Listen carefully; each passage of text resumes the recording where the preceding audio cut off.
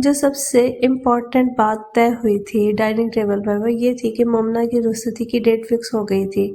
اسی کام کے لیے تو حال اللہ ہو رہی تھی اور ان کا کام بن گیا تھا۔ عائشہ اور ارحم کے تو پیر زمین پر ہی نہیں لگ رہے تھے۔ ایک کو اپنی شادی کی خوشی تھی تو دوسروں کو نئی چیزیں اور کزن گیدرنگ کی۔ بشریٰ بیگم بولی، بھائی صاحب اب اور کچھ نہیں سنوں گی، مجھے جلدی سے شادی کی ڈیٹ دے دیں۔ دانیال صاحب بولے، صالحہ تم بتاؤ کیا کریں، اس دفعہ تو لگتا ہے بشریٰ کی بات ماننی پڑے گی۔ صالحہ بیگم بولی، چلیے آپ کی رضامندی چاہیے تھی۔ دانی، وہ پیار سے دانیال صاحب کو دانی کہتی تھیں، ہم دونوں بہنوں نے تو سب کچھ طے کر لیا تھا۔ دانیال صاحب بولے، چلیے یہ تو بہت اچھا ہو گیا۔ اگلے مہینے عائشی کے فائنل ایگزامز ہیں، وہ ختم ہو جائیں تو اس کے 2 ہفتے بعد بارات اور ولیمہ کر لیتے ہیں۔ عائشہ نے کہا، بابا جانی ڈن ہو گیا۔ وہ تو لٹرلی خوشی کے مارے اچھل پڑی اور سب اسے دیکھ کر ہنس پڑے اور مومنہ شرماتی ہوئی وہاں سے اٹھ کر چلی گئی۔ ان سب میں سے صرف 2 لوگوں نے اس کی اس حرکت کو غور کیا ہے، ایک ارحم اور دوسرا صالحہ بیگم نے۔ بشر اچانک بولا، بابا جانی مجھے آپ سے ایک ضروری بات کرنی تھی۔ دانیال صاحب بولے، جی بیٹا بولیں کیا بات ہے؟ بشر بولا، بابا میں صبح سے آفس جوائن کرنا چاہتا ہوں۔ دانیال اور ارحم اکٹھے خوش ہو کر بولے، یہ تو بڑی اچھی بات ہے۔ ارحم بولا، چھوٹے اچھے سے کام کرو گے تو تمہیں کام کرنے میں مزہ آئے گا، اگر دل چراؤ گے تو پھر کام کم اور برڈن زیادہ لگے گا۔ بشر بولا، تھینکس بھائی، میں یہ بات ہمیشہ یاد رکھوں گا۔ دانیال صاحب بولے، یہ ہوئی نا بات۔ رات کو سب بڑے چائے پینے کے لیے ٹی وی روم میں بیٹھ گئے اور ساری ینگ پارٹی پلے روم میں بیٹھ گئی۔ عائشہ اپنا گٹار لے آئی اور بشر کو منانے کی ناکام کوشش کرنے لگی۔ اس نے گٹار کے تاروں کو چھیڑا اور بولی، سوری سوری سوری، کان پکڑے یہ دونوں کان، ہاں سوری سوری سوری، بچے کی لوگے جان کیا۔ وہ پھر نہ مانا تو اس نے پھر سے گایا، پھولوں کا تاروں کا سب کا کہنا ہے، 1000 میں میرے بھیا ہے، ساری عمر ہمیں سنگ رہنا ہے۔ اس نے گانے میں بہن کی جگہ بھیا لگا دیا۔ سب لوگوں نے ان دونوں کی حرکت دیکھ کر محظوظ ہو رہے تھے، لیکن بشر تھا کہ مان ہی نہیں رہا تھا۔ آخرکار سب نے بشر کو بڑی مشکل سے منا لیا، لیکن اس نے کہا کہ اگر مجھے وہ لڑکا ملا نا جس نے میری جمع پونجی کو اس طرح ضائع کیا ہے، اس کی تو میں درگت بنا دوں گا۔ سب پھر مل کر ہلا گلا کرنے لگے۔ چائے پیتے ہوئے بشریٰ بیگم بولی، بھائی صاحب میں نے اپنی سب سے قیمتی چیز آپ کو دے دی ہے، میں بھی آپ سے ایک چیز کی التجا کروں گی۔ دانیال صاحب بولے، دیکھو اب تم مجھے شرمندہ تو مت کرو، اب جتنی مومنہ تمہاری بیٹی ہے اتنی ہی وہ میری بیٹی ہے، اس گھر سے اسے کوئی مشکل پیش نہیں آئے گی۔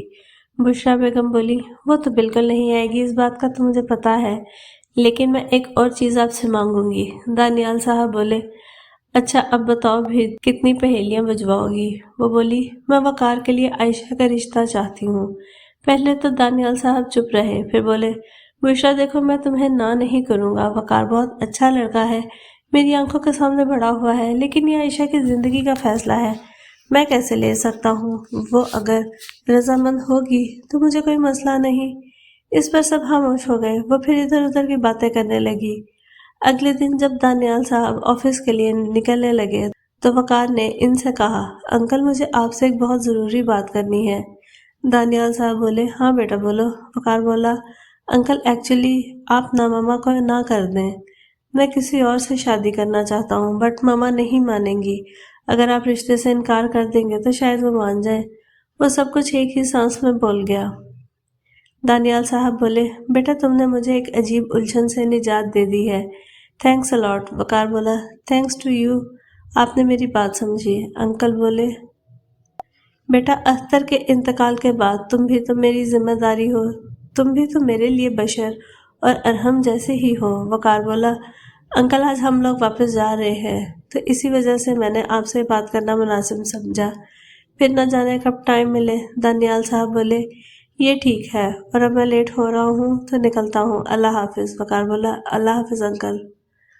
وقت نہ جانے کب پر لگا کر گزر گیا اور عائشہ اور سارہ کے فائنل ایگزامز آ گئے۔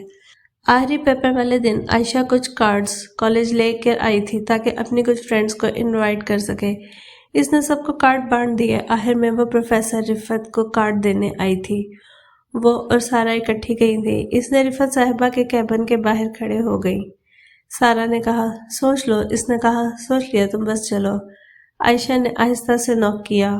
رفت صاحبہ بولی آ جائیے۔ وہ دونوں اندر چلی گئی۔ رفت صاحبہ بولی ڈاکٹر عائشہ، ڈاکٹر سارا، خیر تو ہے آپ دونوں میرے روم میں؟ عائشہ بولی وہ اصل میں میم ہم یہاں آپ کو انوائٹ کرنے آئے تھے۔ رفت صاحبہ بولی کس چیز کے لیے بیٹا؟ کارڈ آگے بڑھاتی ہوئی بولی میم میرے بڑے بھائی کی شادی ہے، آپ ضرور آئیے گا۔ انہوں نے اس سے کارڈ پکڑ کر کھول کر دیکھا تو وہ بولی بیٹا میں مہندی اور بارات پر تو نہیں آ سکوں گی کیونکہ میرے بیٹے کی پریڈ ہے، مجھے وہاں جانا ہے۔ ہاں لیکن ولیمے پہ میں ضرور آؤں گی۔ عائشہ نے کہا میم اللہ آپ کے بیٹے کو کامیابی عطا فرمائے، آپ ضرور ولیمے پر آئیے گا۔ رفت صاحبہ نے کہا چلو ٹھیک ہے بیٹا۔ یہ کہہ کر وہ دونوں کالج سے نکل گئیں اور گھر کی طرف چل دی۔ شادی سے پہلے گھر والوں نے مہندی کا فنکشن گھر کے لان میں کیا تھا۔ مہندی کا فنکشن بہت ہی پیارا کیا گیا تھا۔ ارحم کالا کرتا پاجامہ اور لال ویسٹ کوٹ میں اس قدر خوبصورت لگ رہا تھا کہ حد ہے۔ عائشہ اور سارا نے ایک جیسے کپڑے پہنے تھے اور ایک جیسا ہی میک اپ کروایا تھا۔ بشر نے اپنے سب کزنز کی طرح وائٹ کرتا پاجامہ اور گرین ویسٹ کوٹ پہن رکھا تھا۔ سارا کی تو ایک پل کے لیے نظر اس پر سے ٹھہر ہی نہیں رہی تھی۔ عائشہ اور سارا نے گرین کرتیاں اور پیلے لہنگے پہنے تھے، ساتھ میں ہرے خصے، دوپٹہ ایک سائڈ پر سیٹ کیا ہوا تھا۔ صالحہ بیگم اپنے بچوں کی نظر اتارتی نہیں تھکتی تھی۔ سب کزنز اکٹھے تھے۔ مہندی کا فنکشن سیپریٹ ہی ہوا تھا کیونکہ لڑکی والے اتنی دور سے آ نہیں سکتے تھے۔ عائشہ اور سارا دونوں اکٹھے بیٹھے تھے۔ اچانک عائشہ اور سارا کے پاس عائشہ کی کزن سمیہ آ کے بیٹھی۔ وہ عائشہ کی پھپھو کی بیٹی تھی۔ وہ بولی عائشہ آج تو بشر بہت ہینڈسم لگ رہا ہے۔ عائشہ تو بس اس کی بات پر مسکرا دی اور بولی آخر بھائی کس کا ہے؟ لیکن سارا اس کی بات پر ٹھٹکی۔ سارا نے دل میں کہا اس کی تو آنکھیں نکال لوں گی میں۔ سارا اچانک بولی عائشہ وہ جو تم بتا رہی تھی کہ بشر کی منگنی ہو گئی وہ سچ تھا؟ عائشہ سارا کی شکل دیکھتے ہوئے بولی ہاں بالکل وہ سچ تھا۔ سارا بولی تمہیں پتا ہے میں نے بشر کی فیانسی دیکھی ہے، وہ بہت پیاری ہے۔ عائشہ حیرت سے اور خوشی کے ملے جلے تاثرات سے بولی بس وہ بھائی کی پسند ہے۔ سارا کی شکل سے جیلسی واضح نظر آ رہی تھی۔ بشر جو پاس کھڑا تھا اس کی باتیں سن کر بمشکل اپنی ہنسی کنٹرول کر رہا تھا۔ سارا نے کہا عائشہ میں ذرا مہندی کے تھال لے کر آتی ہوں تمہارے کمرے سے۔ اس سے سمیہ کی باتیں اور برداشت نہیں ہو رہی تھی۔ اس نے وہاں سے اٹھنے میں ہی عافیت جانا۔ وہ گھر میں آ کر چھت پر چلی گئی۔ بشر بھی اس کے پیچھے آیا۔ وہ کمرے کے اندر چلی گئی اور بشر باہر دروازے پر کان لگا کر کھڑا ہو گیا۔ سارا کو بہت غصہ آ رہا تھا، لہٰذا اس نے اپنے غصے کا توڑ نکالنے کے لیے لمبی لمبی سانس لی۔ وہ اپنے آپ سے باتیں کر رہی تھی کام ڈاؤن سارا، کام ڈاؤن، تمہیں کیوں اتنا غصہ آ رہا ہے؟ وہ تمہارا لگتا ہی کیا ہے؟ کچھ بھی تو نہیں، کام ڈاؤن۔ وہ شیشے کی طرف بڑھی اور شیشے میں دیکھ کر بولی تم سے کیوں برداشت نہیں ہوتا جب کوئی لڑکی بشر کی طرف دیکھتی ہے؟ وہ تمہارا لگتا کیا ہے؟ کہیں سارا تم واقعی تو نہیں اس سے؟ نہیں ایسا کیسے ہو سکتا ہے؟ تم اپنی اوقات یاد رکھو سارا۔ وہ کہاں دانیال شیخ کا بیٹا، کتنے احسانات ہیں دانیال انکل کے ہماری فیملی پر۔ تم تو بس ایک عام سی لڑکی ہو، تم اس قابل کبھی نہیں ہو سکتی، سمجھی سارا؟ بشر جو باہر کھڑا اس کی باتیں سن رہا تھا، اچانک اس کے دل کو کچھ ہوا۔ وہ یہ سب باتیں بڑے تحمل سے سن رہا تھا۔ اسے بالکل بھی یقین نہیں آ رہا تھا اپنے کانوں پر کہ وہ یہ سب کچھ سارا کے منہ سے سن رہا تھا۔ وہ ایک دم سے دروازہ کھول کر اندر چلا گیا۔ سارا اپنے آپ کو رونے سے روکتی رہی پر اس کی آنکھیں بالکل لال ہو رہی تھیں۔ بشر نے اس پر ظاہر ہی نہیں ہونے دیا کہ اس نے یہ سب کچھ سن لیا ہے۔ وہ سارا کے پاس گیا تو وہ بولی میں پلیٹ لے کر بس جا رہی تھی۔ وہ اس کے قریب سے گزر کر باہر جانے لگی کہ اچانک اس کا پیر پھسل گیا۔ بشر نے اسے فوراً پکڑ لیا۔ وہ بولا مائی ڈیئر فیوچر وائف، اتنا میک اپ مت کیا کرے، آپ کا فیوچر ہسبینڈ بہت ہی کمزور دل کا مالک ہے۔ سارا میک اپ والی بات پر تل ملا اٹھی اور اس نے وائف اور ہسبینڈ والی بات اگنور کر دی۔ وہ غصے سے بولی کیا کہا آپ نے؟ میں زیادہ میک اپ کرتی ہوں؟ بشر بولا ایک تو نہ سب لڑکیوں کا ایک ہی مسئلہ ہے، اچھی بات سنتی نہیں اور کیڑے پہلے بات میں نکال دیتی ہیں۔ سارا نے کہا، سب لڑکیوں سے آپ کی کیا مراد ہے؟ کتنی لڑکیوں سے چکر چل رہا ہے آپ کا شیخ صاحب؟ بشر منہ بچوں کی طرح رونے والا بنا کر بولا، ابھی تو ایک بھی نہیں پڑ رہی۔ سارا اسے کھو دینے کے ڈر کے ساتھ بولی، کون ہے وہ؟ بشر بولا، آپ۔ سارا کا منہ کھلا کا کھلا ہی رہ گیا۔ وہ شرم کے مارے باہر جانے لگی کہ اچانک بشر نے اس کا ہاتھ پکڑ کر پیچھے کو کھینچ لیا۔ وہ اس کے سینے سے جا لگی۔ اچانک عائشہ دروازہ پٹکتی ہوئی اندر آ گئی۔ وہ اندر کا منظر دیکھ کر کھلکھلا اٹھی، مگر پھر مصنوعی غصے کے ساتھ بولی، سارا تم یہاں کیا کر رہی ہو؟ تمہیں تو میں نے کہیں اور بھیجا تھا۔ سارا شرم کے مارے پانی پانی ہو گئی۔ بشر بولا، تم نوک کر کے بھی آ سکتی تھی۔ وہ بولی، مجھے روم میں آنے کے لیے نوک کرنے کی ضرورت نہیں ہے۔ جب وہ دونوں اس سے اور ایک دوسرے سے نظر چرانے لگے تو عائشہ فوراً ہنس پڑی اور بولی، سوری بھائی سوری، آپ کا اتنا پیارا مومنٹ تباہ کر دیا، بٹ آپ کو نیچے ارحم بھائی بلا رہے ہیں۔ بشر بھی اس کی طرف دیکھ کر ہنس پڑا اور بولا، بس کلر۔ وہ وہاں سے چلا گیا۔ عائشہ سارا سے بولی، سارا، تو اب میں تمہیں کیا کہا کروں؟ سارا، یہ بھابھی سارا۔ سارا بولی، بدتمیز، ایسا کچھ نہیں ہے جیسا تم سوچ رہی ہو۔ عائشہ بولی، وہ دونوں بھی نیچے آ گئیں۔ مہندی کا فنکشن بڑا ہی خوبصورت ہوا تھا، صرف گھر کے افراد ہی انوائٹ تھے۔ عائشہ اپنے بھائی کی خوشیوں کو انجوائے کر رہی تھی، اس بات سے بے خبر کہ عجیب و غریب سفر اس کا منتظر ہے اور تقریباً سارا سفر اسے اکیلے ہی کرنا ہے، بغیر کسی ہم سفر کے۔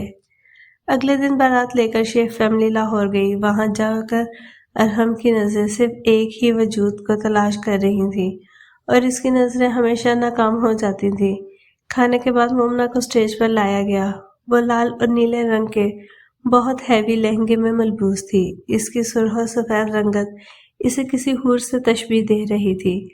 وہ جب نظر جھکا کر چلتی ہوئی سٹیج کی طرف آ رہی تھی تو ارحم نے اپنی ایک بیٹ مس ہوتی محسوس کی۔ وہ اس وقت اس خوبصورتی سے بہت زیادہ میسمرائز ہو چکا تھا۔ ارحم خود بھی لال اور نیلے رنگ کے خوبصورت شیروانی میں کسی سلطنت کا شہزادہ لگ رہا تھا۔ ان دونوں نے میچنگ سوٹس پہنے تھے۔ مومنہ جب آگے اس کے پاس بیٹھی تو اسے یک ٹک دیکھ رہا تھا، جس پر مومنہ بولی، ہینڈسم، کیا دیکھ رہے ہیں؟ ارحم بولا، کچھ نہیں، بس دیکھ رہا ہوں کہ میک اپ آپ نے کچھ زیادہ نہیں کر لیا۔ مومنہ بولی، پھر کیا ہوا، میری شادی ہے، I can do anything۔ ارحم نے زمینی لہجے میں اس سے کہا، اینی تھنگ؟ وہ کندھے اچکا کر بولی، اینی تھنگ۔ تھوڑی دیر بعد وہ بولی، Arham, as you know now you are married, تو اب کسی لڑکی کی طرف آنکھ اٹھا کر بھی مت دیکھیے گا۔ ارحم بولا، پھر اس نافرمانی کی سزا کیا ہوگی؟ وہ بولی، آنکھیں نکال لوں گی۔ ارحم معصومیت سے بولا، کس کی؟ وہ بولی، اس لڑکی کی۔ ارحم بولا، میں سمجھا کہ شاید آپ میری نکالنے کا کہیں گی۔ وہ بولی، آپ کی نہیں نکالوں گی کیونکہ آپ کی آنکھوں سے مجھے عشق ہے۔ ارحم بولا، آپ سزا بدلیں اور ہمیں سزا کے طور پر اپنی غلامی میں لے لیں۔ مومنہ بولی، تو آپ کی سزا آج سے شروع ہوتی ہے۔ رخصتی کے وقت بشریٰ بیگم اور وقار بہت روئے۔ آخر ان کے جگر کا ٹکڑا ان سے دور جا رہا تھا۔ انہیں دیکھ دیکھ کر سارا بھی رونے لگی۔ عائشہ کو سمجھ نہیں آ رہا تھا کہ اس کو کیا ہو گیا ہے۔ ایک کار میں ارحم، صالحہ بیگم اور مومنہ اور سمیہ تھیں اور اس کار کو ارحم ڈرائیو کر رہا تھا۔ ایک کار میں بشر، سارا اور عائشہ تھے۔ عائشہ نے کسی اور کو ان کے ساتھ بیٹھنے ہی نہیں دیا۔ دانیال صاحب اپنی بہنوں والی کار میں تھے۔ کیونکہ ان کی کافی دیر بعد گیدرنگ ہوئی تھی تو وہ سب اپنے گلے شکوے دور کرنے اکٹھے بیٹھے تھے۔ عائشہ کی 3 پھوپھیاں تھیں، وہ تینوں ہی بہت اچھی تھی۔ باقی سب مہمان بھی گاڑیوں میں بیٹھ کر آ رہے تھے۔ سارا، یار کیا ہو گیا ہے؟ عائشہ جو مسلسل سارا کو منہ شیشے کی طرف کر کے روتے ہوئے دیکھ کر بولی۔ سارا نے مختصر کہا، کچھ نہیں۔ بشر نے فرنٹ میرر میں ایک دفعہ سارا کی طرف دیکھا، وہ واقعی رو رہی تھی۔ عائشہ بولی، تم بھابھی کی رخصتی پر بھابھی سے زیادہ رو رہی ہو، اپنی رخصتی پر تمہارا کیا حال ہوگا؟ اس بات پر بشر کا قہقہا بلند ہوا، جس پر عائشہ اور سارا دونوں نے اسے شدت پسند نگاہوں سے دیکھا۔ وہ بولا، ہینڈسم ہوں، اس کا مطلب تم دونوں مل کر مجھے نظر لگا دو گی کیا؟ سارا بولی، شیخ صاحب، آپ کو کچھ زیادہ ہی غلط فہمیاں نہیں ہیں؟ وہ بشر کو کبھی اس کے نام سے نہیں پکارتی تھی،